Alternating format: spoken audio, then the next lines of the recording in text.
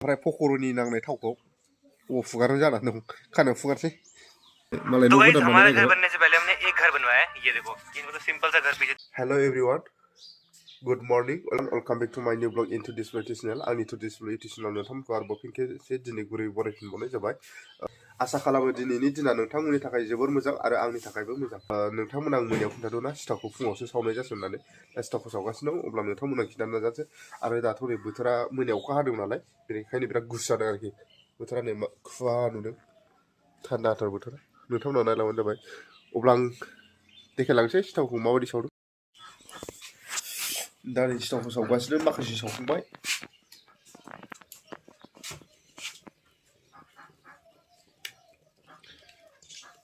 बेबायदि सावनाय जायो अनखौ होनानै बे सिबिं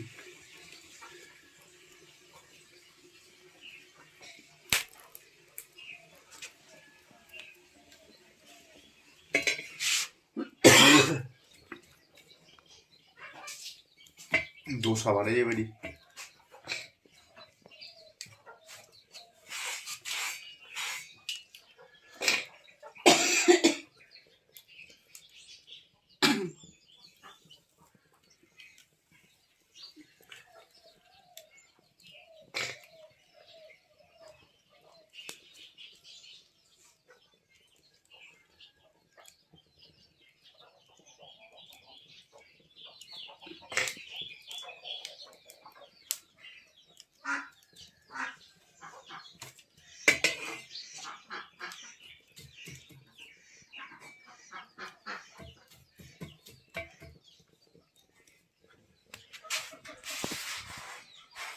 अब्ला नोंथांमोनहा नुनो हाबाय सिथावखौ माबायदि सावो आंबो नै ओंखाम संग्रानिफ्राय ओंखारबोफिनबाय ओमफ्राय दा आं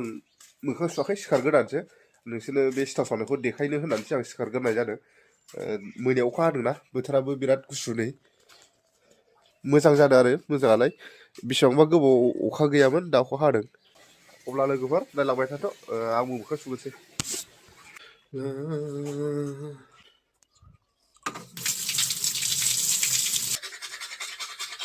दा साहाजों ओमफ्राय दहायनि सावनाय सिथावखौ जाहैनोसै सिथावखौ जानोसै दा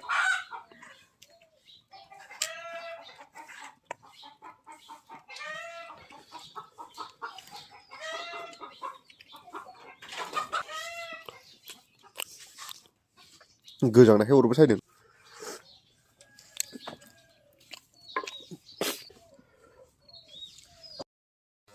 बेयावबो जाबाय नै सिथावखौ आं मोनथियागौसैलै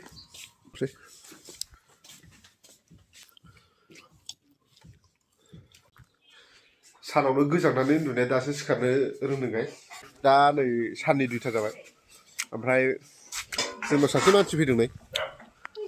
अन्थाइ फैया नों माबा सिबगासिनो खामसालि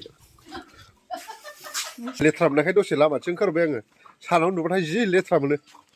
दा गोजाङोबो आरो सानाव उन्दुनानै सिखारबाथाय बाराबो गुसु ओंखायनो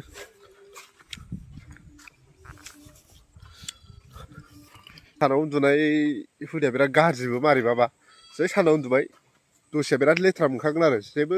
गोसोखौनो सुख मोना दा नै लोगोफोर लाव बैसां सिङाव हाबफैलायबाय आङो सेन्देल आलाय गुलायनाय लावआव फिथाइ थाइथाराबा बेबायदि फिथाइ थाइथाराबा बेबायदि सेन्देल बोराय आलायनांगौनो होनबासो थायो गोदो गोदायनि बाथ्रा नंगौना नङा खोन्थाहरबानो जाबाय लोगोफोर कमेन्ट सेक्सनाव नंमारगौना नंमारा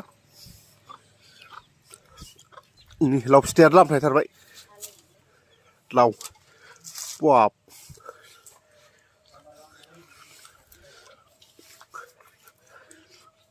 नै बावबो सेन्देल आलायदों थाइनो रोङाखैमोन नालाय दा आलायनानैसो मोजां जाखोना माखो मिथिला नोंसोर फोरमायहरबानो जाबाय लोगोफोर कमेन्ट सेक्सनाव आलायजोबनाय नै जेरैबो थाइदों आरो थाइनायालाय लावाबो नै द्लामथार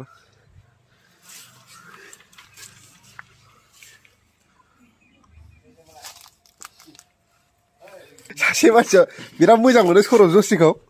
सौरभ जशिनि कपि खालामनो थिनबाय थायो दा बुंनो थाङोबा आंबो सौरभ जशिनिनो बिग फेन्स होनजायो आरो बिजयरिया ब्लग्सनिबो बिग फेन्स आरो सौरभ जशिनिबो दा मोजां मोनो आं दैलि नायो सौरभ जशिनि ब्लग्सखौबो दैलि नायो आरो बिजयरिया ब्लग्सनिखौबो दैलि नायो दा आंबो सौरभ जशिखौनो मोजां मोननानै बेबायदि सोलोंदोंमोन जागोन ना जाया दा लोगोफोरनि सौरभ जशिनि ब्लगसो नायलायबाय दसे जशिनि ब्लगसो नायगासिनो आं दसे मालाय तो न' गाइस गोदान हमारा घर बानायनाय बनने से पहले हमने एक घर बनवाया है ये देखो ये मतलब सिंपल सा घर पीछे जाय जाय सौरभ जशिखौ मोजां मोनो लोगोफोरनो करने वाले हैं ना कमेन्ट हरबानो सारे जाबाय वगैरह मा जालायखो बिराद मोजां जानाय बैग्रिया जानो लुगैना दे लोगोफोर आरो जाय जाय जानो लुगैयो कमेन्ट सेक्सनाव फरायबानो जाबाय आं हानना हैगोन गोदै गोखैसो जागोन सानदोंमोन आं अबा नुनायाव गोमोनबाबो गोखै जायो नालाय आंना बेगर थेगरसो मन'यो बेगर मन'बानो सुखुवा आं जानाय बायदि मोना नों बेगर जाया बेखौ जाखांना दुगैनोसै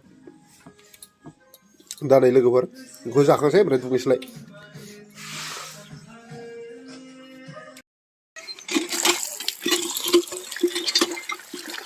दुगैखांनानै फ्रेस जाथ'लायबाय लोगोफोर ओमफ्राय दुगैखांनानै साहा लोंसै ओमफ्राय दखानाव थांनाय जायोबा दखानाव थांसैलाय आरो अब्ला नायलांबाय था लोगोफोर साहाखौ लाबाय ओमफ्राय बे साहा दोनग्रा टेबोल लायदों नोंबो लोगो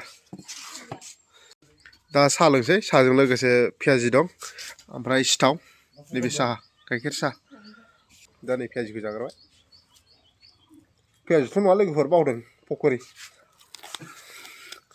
दा ओमफ्राय पक'रिनि नांनाय थावखौ फुगारनो जानानै दं खानायाव फुगारसै खानायावबो फुनजायो बेनो दा सिथावबो साहाबो फिनिश जाबाय आं जाखांजोब्बाय समा दा बेलासिनि 4:30 जाबाय ओमफ्राय आंबो दा दखानाव थांनो ओंखारबाय आरोखि दा स्कुटिजों दखानाव थांसै दा बिराद मोजां नाय बोरमा मेन्दाया 1 2 3 4 5 6 7टा दं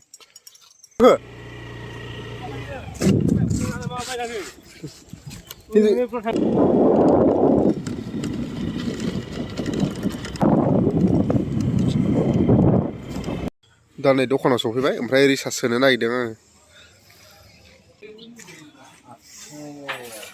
दखानानो सिरिजोब दिनै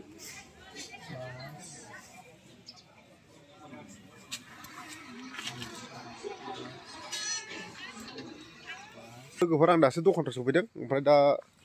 मोसौ खादोंना खायाखै होननानै नायदों बा खाफियाबो मोसौखौनो थाबखौनो नायनानै दंना गैया दङ दा 6:30 जाबाय टाइमा बेखौ नायफैदोंमोन आङो दं नै गलियाव नायफैदोंमोन आं मोसौखौ खादोंना खायाखै नायखांना फैनानै आं अर सायफैलायबाय नै लोगोफोर नैबो अर सायदों मालाय अर सायनानै नै साउथ इन्डिया मुभि नायगासिनो फैनाय मोनायावबो अर सायनायसै जोंना नै बेबो दं मेम्बारशिपआ अर सायनायना मानसिजोंल' थाबाय थायो हारसिं थाया बावनो हरसे थायो बिसोरो सैमाजों बिजों आरोखि मानसिजोंसो थाफायो बे दाउआ दाउ बयलारमोन बेखौ फिसिदों आरोखि 2 माससो जाबाय फिसामोन दे होनबा लोगोफोरनो बुंनो सानोदि नोंथांमोनहाबो जायफोर आंनि भिडिअखौ नुहैदों बिसोर मोजां मोनोबा लाइक खालामबानो जाबाय आरो जायफोर चेनेलखौ साबस्क्राइब खालामना लायाखै बिसोर साबस्क्राइब खालामना लादो आरो माबाफोर बुंनो गोसो दंबा कमेन्ट बक्सआव लिरनानै बुंहरबानो जाबाय आरोखि अब्ला आंथ' गोदानसो नालाय भिडिअ खालामनाया ब्लग खालामनाया आरो माबाफोर गोरोन्थि जायोबा नोंथांमोनहा फोरोंहरबानो जाबाय निमाहा होबानो जाबाय माबाफोर बुंथ'नोबा ओमफ्राय रोङैखौबो फोरोंहरदो एसे ओरैबायदि बानायबावनांगौ होननानै माबाफोर फोरोंनांगौ दंबा फोरोंहरबानो जाबाय नोंथांमोना दा आंबो बेखिनियावनो दिनैनि ब्लग भिडिअखौ दोनथ'नो सानबाय ओमफ्राय जायफोर आंनि भिडिअखौ मोजां मोनदों बिसोर लाइक होबानो जाबाय आरो माबाफोर बुंनो गोसोबा कमेन्ट खालामदो शेयार खालामनानै होदो आरो लोगोसे आंनि Dimpu'sVlogs इउटिउब चेनेलखौबो साबस्क्राइब खालामनानै गालांदो होमबा गोजोननाय थाबाय लोगोफोर नोंथांमोननिसिम थेंक इउ